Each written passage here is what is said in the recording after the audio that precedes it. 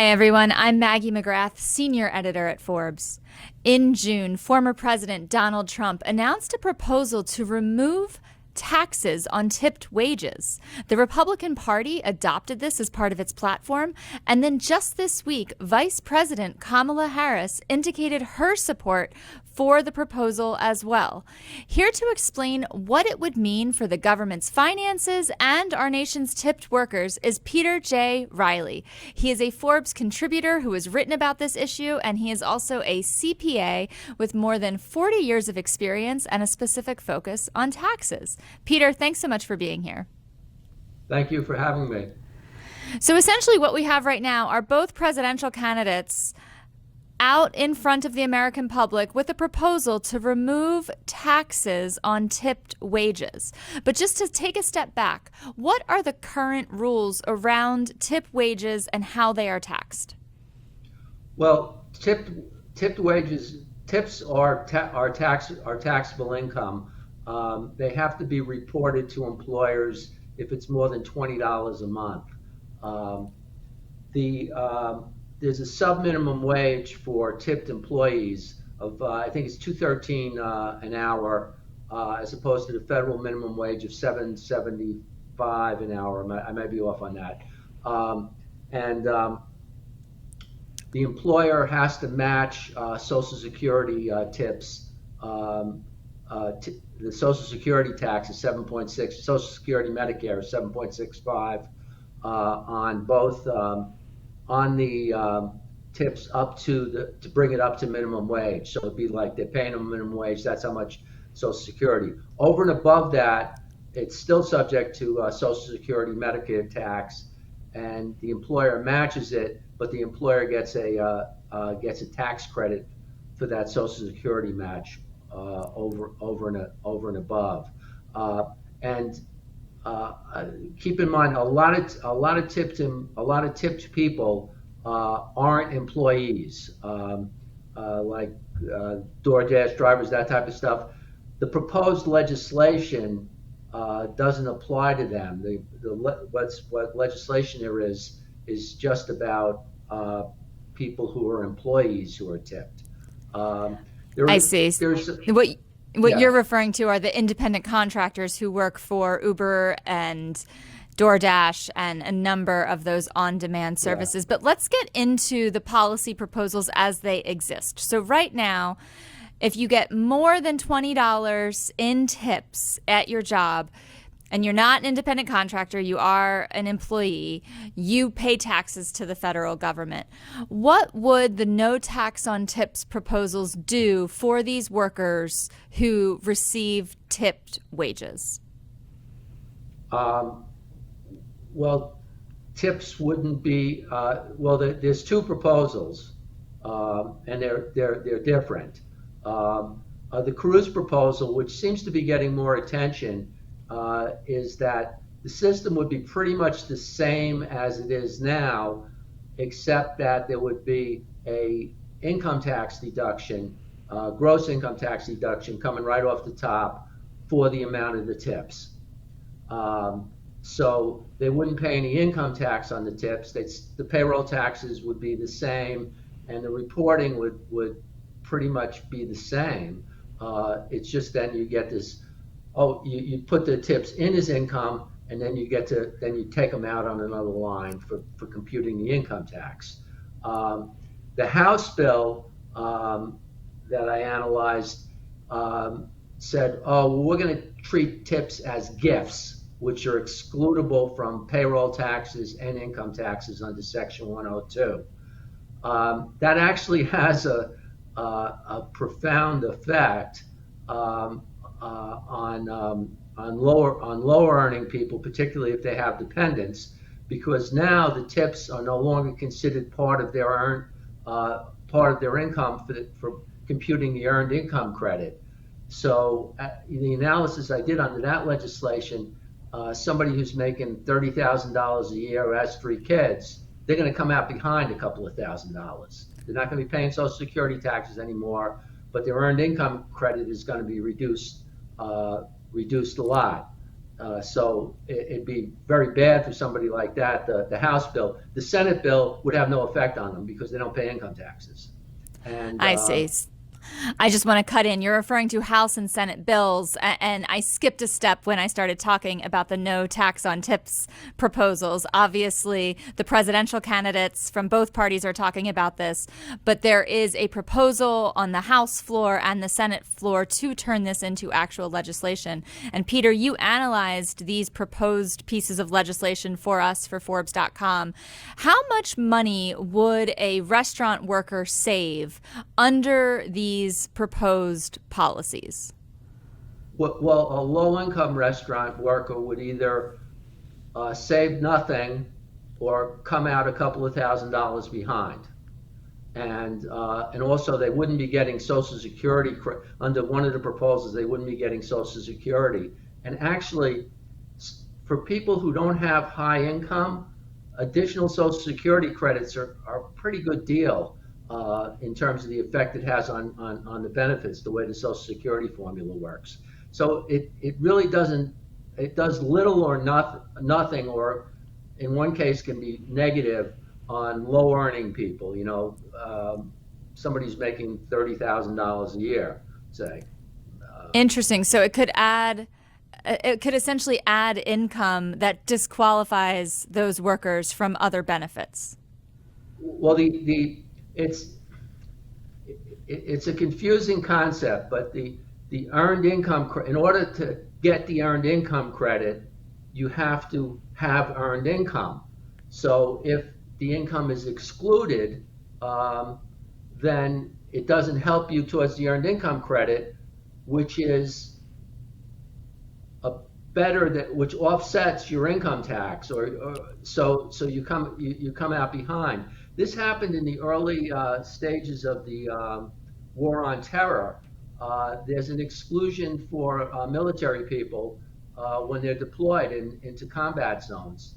There's no tax on what they get paid except for like generals. Nobody. I don't think anybody objects. Somebody might, but nobody objects to that.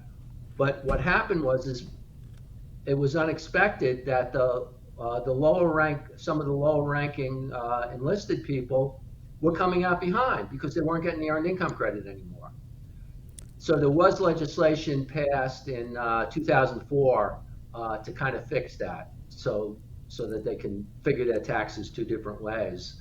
But if you just said, hey, that's not income anymore for any purposes, the lower income people are going to be worse off. So, Peter, what you're saying is that lower income Americans might not necessarily benefit from the no tax on tip plan, yet we have two presidential candidates proposing this. Why is that? Well, one of my laws of tax planning is don't do the math in your head. There's so many interactions between various parts of the code. If you ever did a return by hand, you'd say, take this number and put it on this line and then bring that over, that you really have to do the computations to see the effect that a particular tax provision might have on your income. And you need an actual legislation that says this rule is now this rule in order to do that. We have the two bills. And I took somebody making a little over $30,000 a year who has a couple of kids, and one of the bills does nothing for them because they don't pay any income tax. The other bill hurts them because it'll save them on Social Security and Medicare tax, but it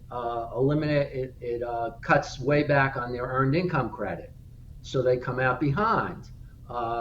This happened to military people in the early stages of the global war on terror. There's an exclusion for combat pay, and it's the entire pay while you're in a combat zone, unless you have very high rank. That was people were deployed, and their income isn't subject to tax. Isn't that great? But if they're an E4, they're not getting the earned income credit anymore, and they're coming out behind. So there was legislation that was put in effect in 2004 that kind of fixes that. They can say, okay, well, you can count this towards your earned income credit, but nobody's talking about that. The cruise bill is a simple income tax exclusion. You'll still report the tips on the line where it says wages and tips. It'll be the same number, but then there'll be a minus number on some other line that'll just affect the income tax computation.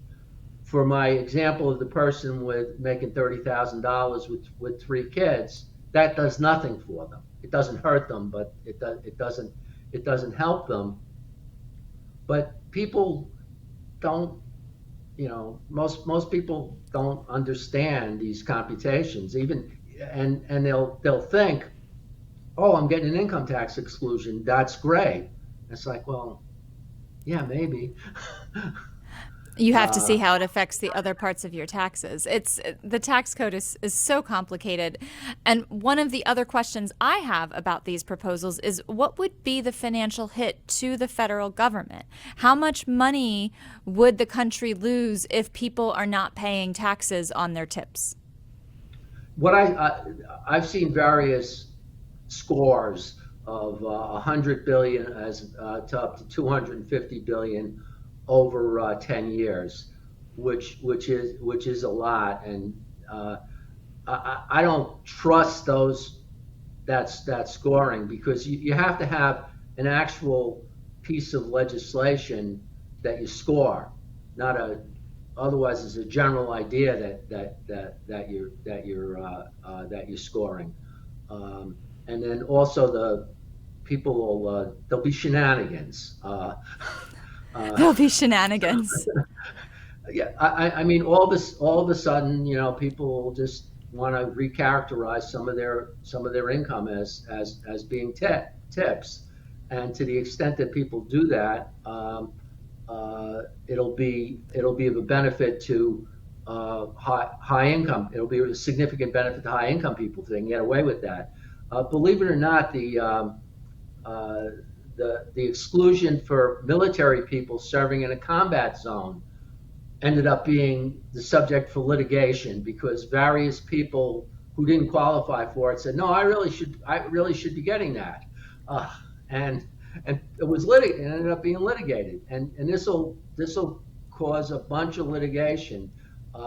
You'll end up having payroll companies who will say, well, here's this plan to convert your employees' income to tips. And, oh my goodness.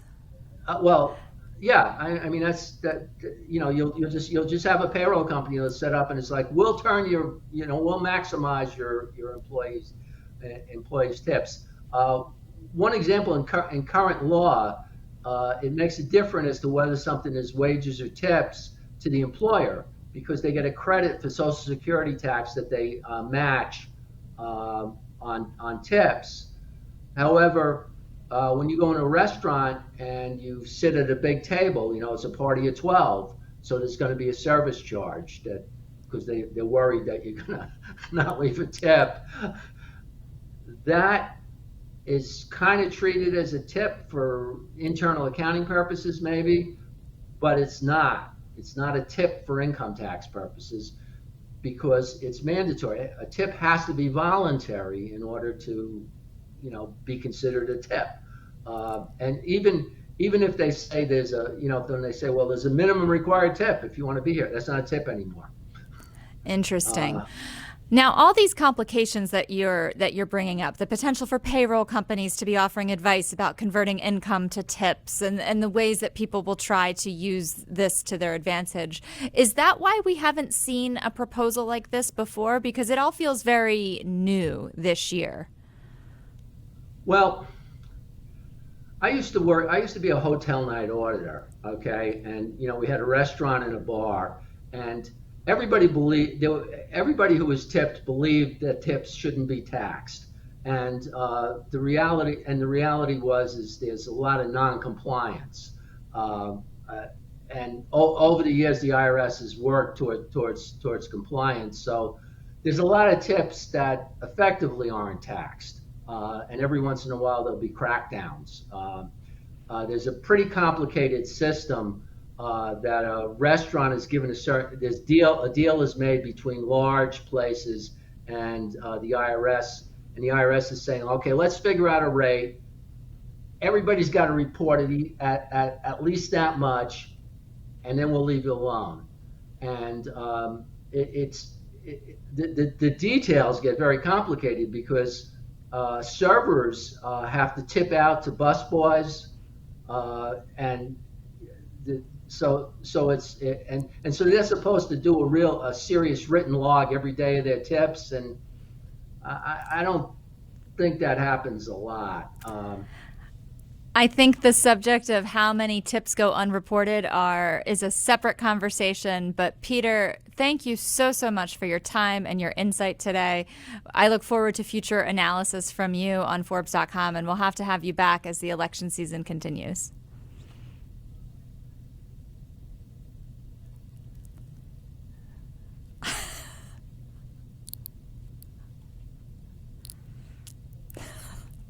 I was kicked out again. Oh, if you want to did you hear me say, I'll do my closing again. And then you can just respond to that. But okay. Well, there are so many complications. And Peter J. Reilly, thank you so much for coming on and breaking it down for us. I look forward to future analysis from you, and you'll have to come back and explain more as election season continues. Okay. Thank you very much.